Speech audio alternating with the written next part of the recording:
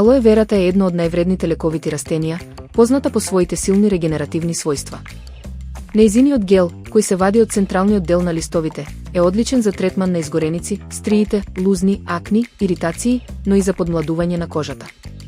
Освен на кожата, алоe вера делува благотворно и на целото тело, благодарение на својот сок кој помага при детоксикација, хидратација и обновување на клетките. Може да се користи самостојно или во комбинација со други природни состојки, како лаванда, лимон, мед или хидролати, за подготовка на природни лосиони, маски и средства за чистење лице. Особено е корисна за чувствителна и оштетена кожа, благодарение на нејзиниот богат состав од полисахариди, липиди и антрахинони. Се препорачува користење на листови од постари растенија или готов гел кој може да се најде во аптеките по прифатлива цена. Покрај тоа, алоe верата има и примена во нега на косата и скалпот, како и во борбата против стриите и чешањето на кожата.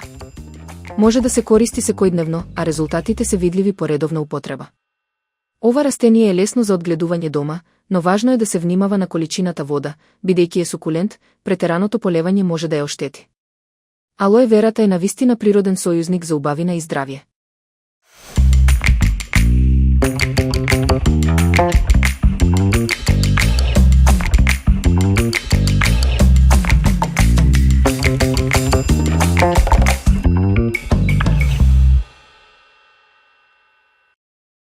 Нова студија открива дека мозокот на малите деца е поефикасен од вештачката интелигенција кога станува збор за учење јазици.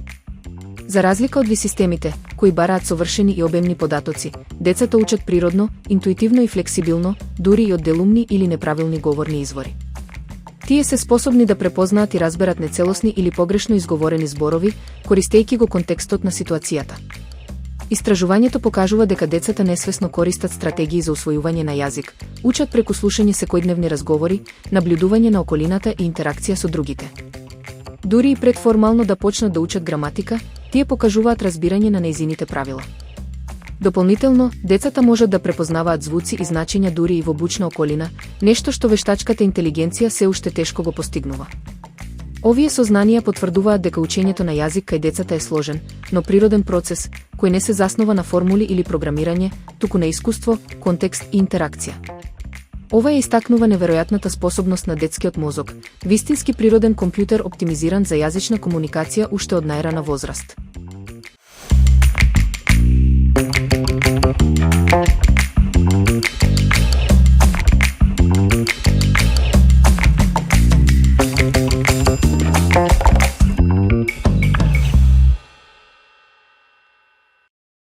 Ако сакате домашни соленки што се меки и мирисаат на цела куќа, овој рецепт ќе ве воодушеви. Во видеото се прикажува како да направите тесто со јогурт, јајце и брашно, и потоа да ги обликувате соленките во класични облици: прстчиња, прстени, мали стапчиња. Клучна е состојката пециво која ја прави структурата на соленките воздушеста. Откако ќе ги обликувате, се премачкуваат со жолчка и сусам и се печат на умерена температура, додека не станат златни. Резултатот?